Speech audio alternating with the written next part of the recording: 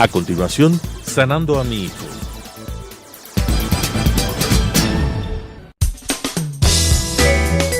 Clasificación A. Apto para todo público.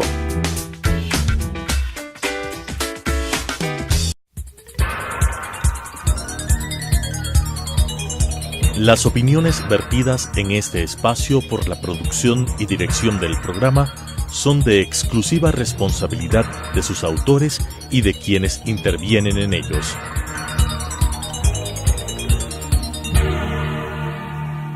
Telesucesos Canal 29 UHF presenta Sanando a mi hijo,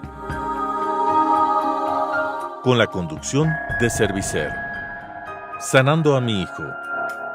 Hoy en Sanando a mi hijo seguimos con nuestro tema, que era el crecimiento y desarrollo en los niños. Nos quedó muy corto nuestro programa anterior y vamos a seguir con el proceso ahora de niños de 6 meses en adelante.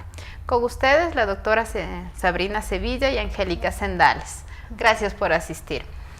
Comenzamos con el proceso ya un poco más de niños de 6 meses, donde vemos que ya tenemos sus primeras sonrisas, sus primeros balbuceos, y para nosotros como papás ya nos demanda un poco más de tiempo.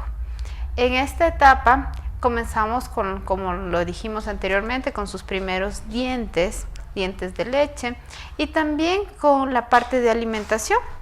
Sabrina, coméntanos qué alimentos ya podemos ir incorporando y complementando la leche materna que estamos dando a nuestros pequeños.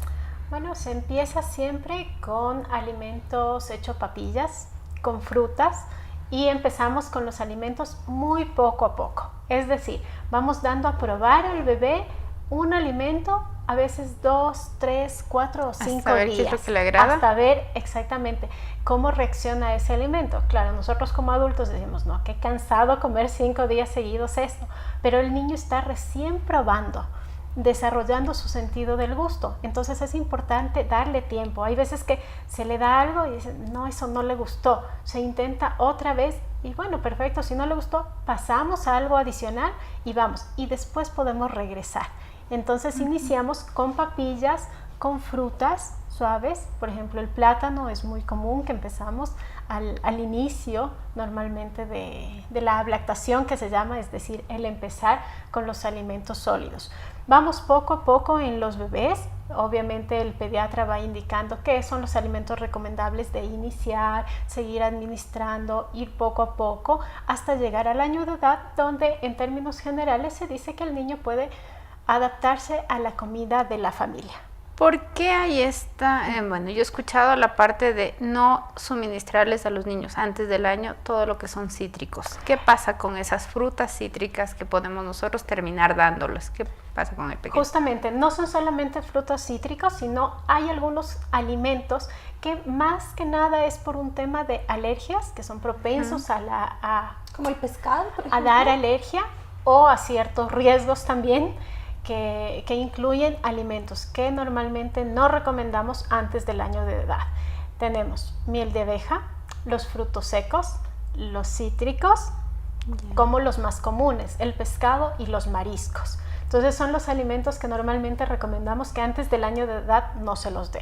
Ahora, ¿qué pasa? No es que si le diste antes del año de edad, algo le va a pasar ya, y qué error tan grave cometí. No, hay niños que lo toleran. Sí, que los papás por lo que sea que haya sido desconocimiento, o simplemente el niño por algo, alguien le dio estos alimentos y no pasa absolutamente nada. Y empezó a comer y no pasó nada. Pero hay otros niños que pueden desarrollar alergia. Entonces, principalmente tiene que ver con un tema de alergia, que estos alimentos no son recomendados antes del año de edad. ¿Qué pasa con la leche entera? De igual manera. Es el mismo tema, la leche de vaca, que no se le da antes del año de edad justamente por el mismo tema. Cuando ya comienza el año, puedo dar leche entera, semidescremada, o cualquiera de las dos. ¿Cuáles me recomiendas? Normalmente lo que vienen los niños consumiendo son las leches de fórmulas, que que cada niño ha venido desde antes normalmente y se va pasando por las etapas de acuerdo a la edad que tiene, de 6 meses a 12 meses, de 1 año a 2 años, entonces van con las leches de fórmulas. Pero también aquí, como tú dices, ya se puede pasar a la leche de vaca, que puede ser entera, semidescremada, no hay problema. Sin embargo, lo que se recomienda es justamente al inicio, por este tema de tolerancia, que no sea completa. Es decir, si damos leche entera, que sea mezclado con un poco de agua, que no sea tan concentrada. Entonces este es el tema de acá. ¿Y el huevo? Mejor. El huevo tiene muchas proteínas y por eso también al inicio no se le da solo una parte y se le adjunta al huevo completo a partir del año. ¿Y qué es preferible, yema o clara? Normalmente le das la yema, ¿sí? Primero. Al inicio. Perdóname, la clara. Al principio. La clara das al inicio y la yema le complementas después del año, al año de edad. Sí. Normalmente se sugiere dar el huevo en una versión de huevo duro, huevo tibio, cocinado. O exacto, cocinado el huevo. A veces este huevo, ¿cómo es? Está revuelto, ¿sí? Evitar lo que son los fritos, obviamente, desde tan pequeño, siempre a nivel de cocinado. Lo principal también aquí a recalcar en los niños, obviamente siempre decimos lo mismo, en una alimentación muy saludable, equilibrada, tener muchas frutas y muchos vegetales en la alimentación. Y en los niños tratemos de evitar lo más que se pueda lo que son los añadidos de azúcar y de sal. Exactamente, porque vamos adaptando al sabor, al gusto del niño a esto y cada vez necesita más. En cambio, al inicio lo que hacemos es que el niño realmente capte el sabor de cada alimento que está consumiendo y posteriormente ya se añadirá el azúcar o la sal, o si es que se lo añade, que sea en cantidades muy pequeñas, solo como para darle un pequeño toquecito, pero no realmente que sea la sensación del sal o del dulce lo que sienta, sino que sea el sabor del alimento. ¿Sí? En esta etapa de los 6 meses hasta el año ya comienza la parte de que los niños comienzan a gatear. ¿Qué significa que el niño gatee? ¿Qué beneficios tiene para él? ¿Y cómo podríamos dar algunos tips que nos sirva como mamás? ¿Cuándo sé que ya el niño está apto para comenzar a gatear? Como todo en la evolución del niño, ellos empiezan a dar señales de que están listos. Entonces no puedo poner a gatear a un niño que no se ha sentado solito, por ejemplo. Entonces no empezamos desde el gateo, sino desde sentarlos solitos. Y yo quería preguntarte algo respecto a eso. ¿Desde qué momento los podemos empezar a sentar? Y que te dicen normalmente no le sientes. No lo sientes. Sí, a partir de los 4 meses los bebés empiezan a sentarse arrimados, a sentarse totalmente solos desde los 6 meses. El niño ya se sienta solo. ¿Y qué pasa con esos chiquitos a los que sientan pequeñitos, recién naciditos al mes?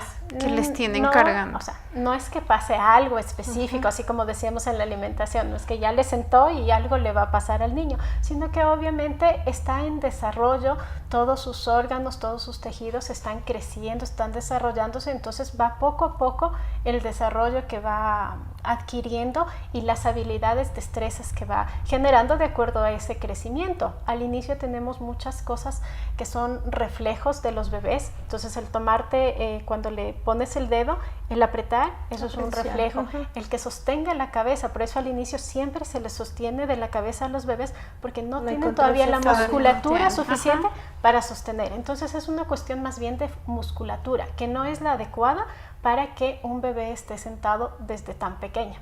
Por eso recién se empiezan a sentar a los 4 meses arrimado y a los 6 meses ya tienen la musculatura suficiente como para sentarse sola. Ok, bueno, y después de los 6 meses más o menos, sobre los 7, 9 mesecitos, los niños empiezan a gatear. Hay diferentes formas de gateo. Hay niños que van hacia adelante con las 4 extremidades. Hay niños que se sientan en la colita y se arrastran con los pies o con las manitos. Hay niños que se arrastran hacia atrás, hay niños que gatean hacia el lado. No importa la dirección del desplazamiento, lo importante es que el niño gatee. Cuando el niño empieza su proceso de gateo, empieza a descubrir dónde se encuentra, empieza todo el proceso de autonomía y a nivel de motricidad es indispensable. Ahora, el gateo, como es un proceso visoespacial, nos permite a futuro tener mejor desarrollo en áreas lógico-matemáticas. Entonces es indispensable. Ahora, todo es un proceso. Yo no puedo pasar del niño que está medio gateando a pararlo y hacerlo solito para que camine más rápido. Gatea el tiempo que necesite gatear. Cuando sienta que está fuertecito sus piernas y lo que dice Sabrina, la musculatura está adecuada, van a empezar a pararse y se van a ir arrimaditos por la pared o cogidos de la baranda a empezar a hacer el desplazamiento bípedo en realidad. Y ya después se van a empezar a soltar. Yo puedo, desde que el niño empieza a hacer solitos, con mucho cuidadito, empezar a ayudarle a subir escalones de a poquitos. No necesito esperar a que el niño se desplace solito para poder subir escalones. Esto se puede hacer desde temprano momento en el desplazamiento. Pero sí es importante que respetemos los procesos. Ahora hay una cosa con los andadores. Entonces están sentaditos y lo que tú decías, lo tienen recostadito y después los ponen, los sientan en el andador. Y están en el aire. Y están en el aire o se empujan con los piecitos, con las punticas de los pies hasta que tienen las plantas y se empujan con las plantas, pero el andador no es lo más recomendable.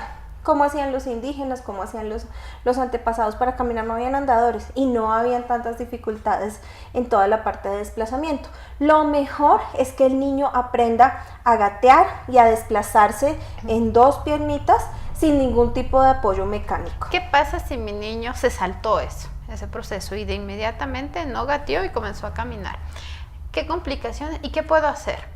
Ahí lo recomendable es hacer gateo con él, no importa si ya está caminando. Si no me aguanta mucho gateando porque se aburre, yo lo tengo un ratito, lo hago gatear, gateo con él, hago el ejercicio con él, pero sí es indispensable que haya gateo.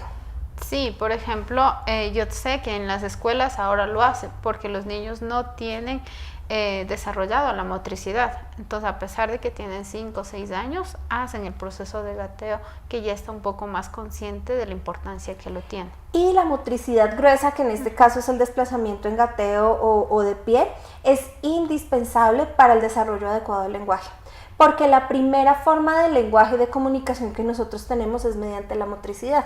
Cuando estamos acostados de forma horizontal, cuando uno todavía no se ha sentado, la comunicación es mediante las manos, mediante los pies, mediante los gestos faciales, y esto es motricidad. Entonces, si nosotros no solamente es que aprendió a caminar y camina con los pies bien y no tiene los pies metidos, sino que el proceso de gateo tiene un montón de aristas que se ven afectadas si no hay un adecuado proceso y respetado proceso.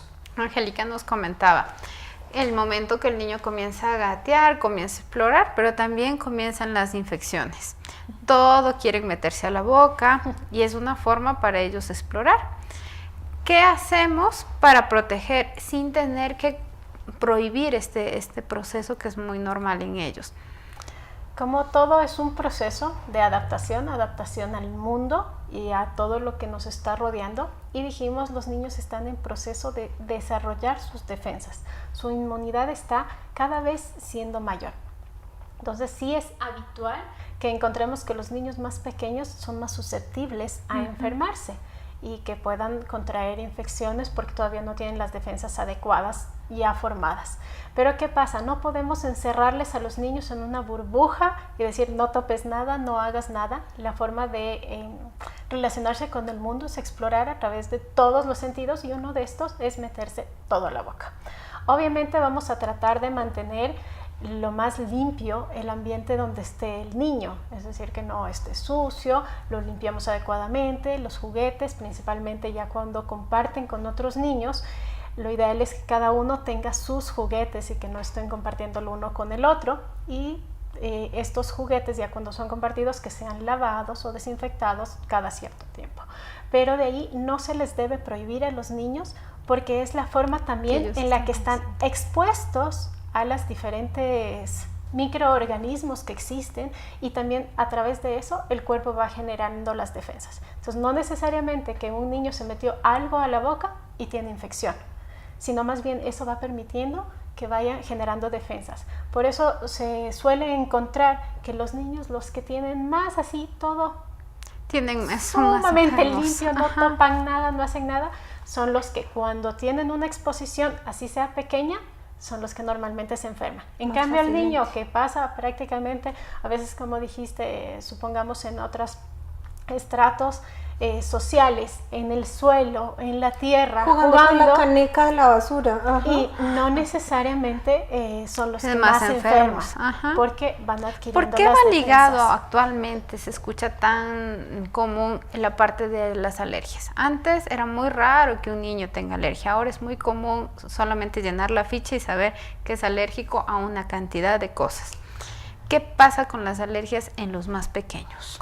Bueno, aquí tenemos un montón de Tema para hablar, tengo otro programa. Sí, es decir, hay diferentes factores que han cambiado en todo sentido y es lo que va produciendo que los niños tengan más alergias. Entonces, a nivel general, ya no es como antes, que los niños pasaban normalmente cuidados por su madre en términos generales y tenían mucha cercanía con los padres, con los dos, pero más eran cuidados por la madre. La alimentación era mucho más sana antes, la contaminación era menor. Entonces hay muchísimos factores ambientales y sociales que han cambiado y que van haciendo que los organismos vayan cambiando y ahora se presenten mucho más temas de alergia. Es muy común el tema de las alergias ahora en esta época, como tú dices, se encuentra por montones, por no decir casi, es como normal encontrar niños con alergias. Y también de la mano de todos estos cambios medioambientales, la forma en la que educamos a los niños y estos niños hiperprotegidos, súper cuidados, generan niños débiles. Porque todo el tiempo nosotros le estamos diciendo a los niños, no puedes, no eres capaz, no, deja así, estás muy chiquito, te va a hacer daño, se te va a caer. Entonces esto a nivel emocional genera en los niños la idea de que son débiles. Y por eso es mucho más fácil que se vuelvan propensos a cualquier tipo de enfermedad, pero las alergias tienen un componente emocional importante. Entonces, no solamente este cambio medioambiental que es lógico, sino también la forma en la que nosotros nos relacionamos con los niños. Ahora es importante en el tema de alergias explicar un poco cómo es la alergia, porque a veces simplemente no se sabe y se dice, tiene alergia, pero ¿qué pasó? La alergia es un proceso en el que el cuerpo tiene relación con una sustancia, la que sea, que llamamos el alergeno. Entonces entramos en contacto con esta sustancia. Vamos a suponer miel de abeja, ¿ya? El niño consume miel de abeja y no pasa absolutamente nada, porque es su primer contacto, o con polvo, con un medicamento, con lo que sea. En ese primer contacto, el cuerpo lo que hace es como tener esa reacción y dice, esto no va conmigo, con esa sustancia, con el contacto que tuvo con este agente externo. Entonces el cuerpo dice no va conmigo y empieza a generar defensas frente a ese cuerpo extraño o a esa sustancia que no la reconoce y dice tengo que defenderme. Al decir tengo que defenderme, empieza a generar esta inmunidad, estas defensas, anticuerpos frente a esta sustancia aparentemente extraña, sea del tipo que sea, que puede ser ambiental, puede ser comida, puede ser medicamentos. Y entonces, ¿qué sucede? Genera esto y en la siguiente exposición, cuando el niño vuelve a estar en contacto con esta sustancia, es cuando genera la alergia. Y ahí tienen las reacciones. Entonces, volvió a consumir y ahí se le presenta, por ejemplo, el rash cutáneo que se llama, las manchitas, o las ronchas. Exacto, ronchas. En el caso de las alergias respiratorias, lo más común es un moquito transparente. A veces lagrimeo de los ojos, picazón de ojos, estornudos cuando es respiratorio, cuando es en la piel, como decimos normalmente, son ronchas con bastante picazón. Y en procesos muy complicados de alergias muy fuertes que pueden ser incluso la dificultad de respirar con riesgo de muerte. Entonces sí es importante en estos procesos que algo empieza así, a veces empiezan suave la alergia, la reacción a nivel de piel, se empiezan a enronchar, siguen enronchándose, acudir inmediatamente a un médico a que lo vea y lo trate, ¿sí? Porque podría complicarse. Pero ese es el cómo se produce una alergia. Entonces primero hay la exposición y posteriormente hay la reacción. Sí, porque muchos dicen consumió la anterior vez y no le pasó nada y uno no sabe específicamente a qué es alérgico, ¿no? Sí. Entonces sí sería como bueno determinar como papás y estar muy alertas de los síntomas que nos dices en este momento. Y en esta parte también es importante recalcar que, por ejemplo, sí se puede desarrollar una alergia. Tú has consumido durante toda tu vida, durante muchos años, algún producto y de repente desarrollaste alergia. Porque dices, no, si todo el tiempo lo estuve en contacto, ¿por qué desarrolló alergia? Y ahí entra mucho la parte emocional. Cuando hay algún evento emocional importante en relación inconsciente a esta sustancia, el cuerpo desarrolla alergia. Se defiende. Al año que nosotros empezamos con los pequeños, los primeros pasos, también comenzamos un poco más el lenguaje. ¿Cómo trabajamos? ¿Cómo estimulamos a que el niño tenga un lenguaje mucho más fuerte? En el caso de los pequeños hay veces que lo que tú decías, Angélica, es que decimos está muy chiquito, le facilitamos todo, porque entre comillas no entiende. El niño entiende desde cuándo, cómo nosotros trabajamos en esa parte. El niño entiende desde siempre. Desde que uno está embarazado, dice no me patees que estamos en programa y se queda quietecito, siempre, los niños entienden todo el tiempo. Por eso es que se empieza a trabajar, y lo hablamos en el capítulo anterior, un poco de la parte de la vinculación, desde la vinculación intrauterina. El primer sonido que reconocen los bebés es la voz materna. Entonces si yo le he cantado, si yo estoy hablando con ella, solamente el hecho de que hable y reconoce ya mi voz, y eso los calma una vez que han nacido. Entonces esta parte de entender, siempre entiende. Es importantísimo, como hemos visto en muchos temas, la parte de la alimentación. No podemos esperar que el niño tenga un adecuado lenguaje si le estamos dando biberón. No podemos esperar que tenga un adecuado lenguaje si no hay masticación. Entonces la parte de la alimentación es súper importante. Una vez que ya empiezan a comer sólidos o se le introduce la comida de sal, la masticación es súper importante, porque todo el aparato que nos permite hablar es muscular. Entonces si yo no hago masticación, no hay ejercicio de músculos. ¿Bien? Y necesitamos, por más que suene triste y suene fuerte y suene injusto con los niños, no interpretar lo que nos dicen, porque la mayor dificultad que tenemos es que nos dice como y yo quiso decir todo esto. Exacto.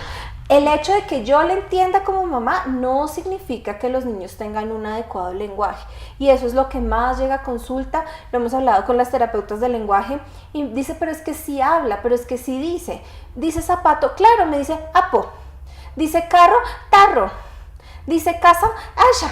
Eso no es lenguaje. Es que en estas edades se les escucha tan bonitos. Sí, y nosotros terminamos hablando como ellos. Sí, eso se llama una comunidad verbal, donde todos hacemos parte de un lenguaje específico. Aquí hay que diferenciar una cosa puntual, y es que no significa que yo como mamá no pueda tener un lenguaje tierno y dulce con mi hija. Eso se puede, y que tengamos palabras específicas donde nos decimos cosas lindas en un tono de voz y en una pronunciación diferente. Eso es completamente aparte. Pero para la estimulación yo necesito ser súper claro en la forma en la que hablo, porque ellos aprenden de cómo les hablo yo. Entonces es importantísimo que desde la primera instancia yo hable de forma adecuada y le explique cómo debemos pronunciar. Aquí se trabaja toda la parte de leerles cuentos y leerles imágenes. Cuando están más grandecitos se les puede explicar que nos cuenten un poco qué fue lo que entendieron, pero estarles leyendo, estar en comunicación constante. Y aquí es importante también saber que los niños no van a empezar a hablar de un rato para el otro, sino que empiezan el mismo día. Así es, empiezan con sílabas, con palabras, poco a poco, y van desarrollando después, van uniendo palabras, frases, y va de a poco. Entonces ahorita, como también estamos yendo de a poco en las edades, para que los papás sepan, no vayan a alterarse, a decir, pero si mi niño todavía no habla nada. Sí, me adelanté. Exactamente, recién estamos al año de edad, año y medio, 2 años, cuando están empezando a decir palabras. En este momento lo que esperamos es que los niños tengan una comunicación de una palabra. Entonces que me diga tete, que me diga mamá, que me diga sopa. Lo que tú mencionas de unir varias palabras para intentar formar una frase va un poco más adelante. Así es. Como ustedes ven, este programa nos va de largo, tenemos muchas más cosas que aportar. Esperamos satisfacer sus necesidades, sus inquietudes con nuestras compañeras que han venido el día de hoy y vamos a seguir en el próximo programa trabajando con las demás edades. Muchas gracias por todo. Las opiniones vertidas en este espacio por la producción y dirección del programa son de exclusiva responsabilidad de sus autores y de quienes intervienen en ellos.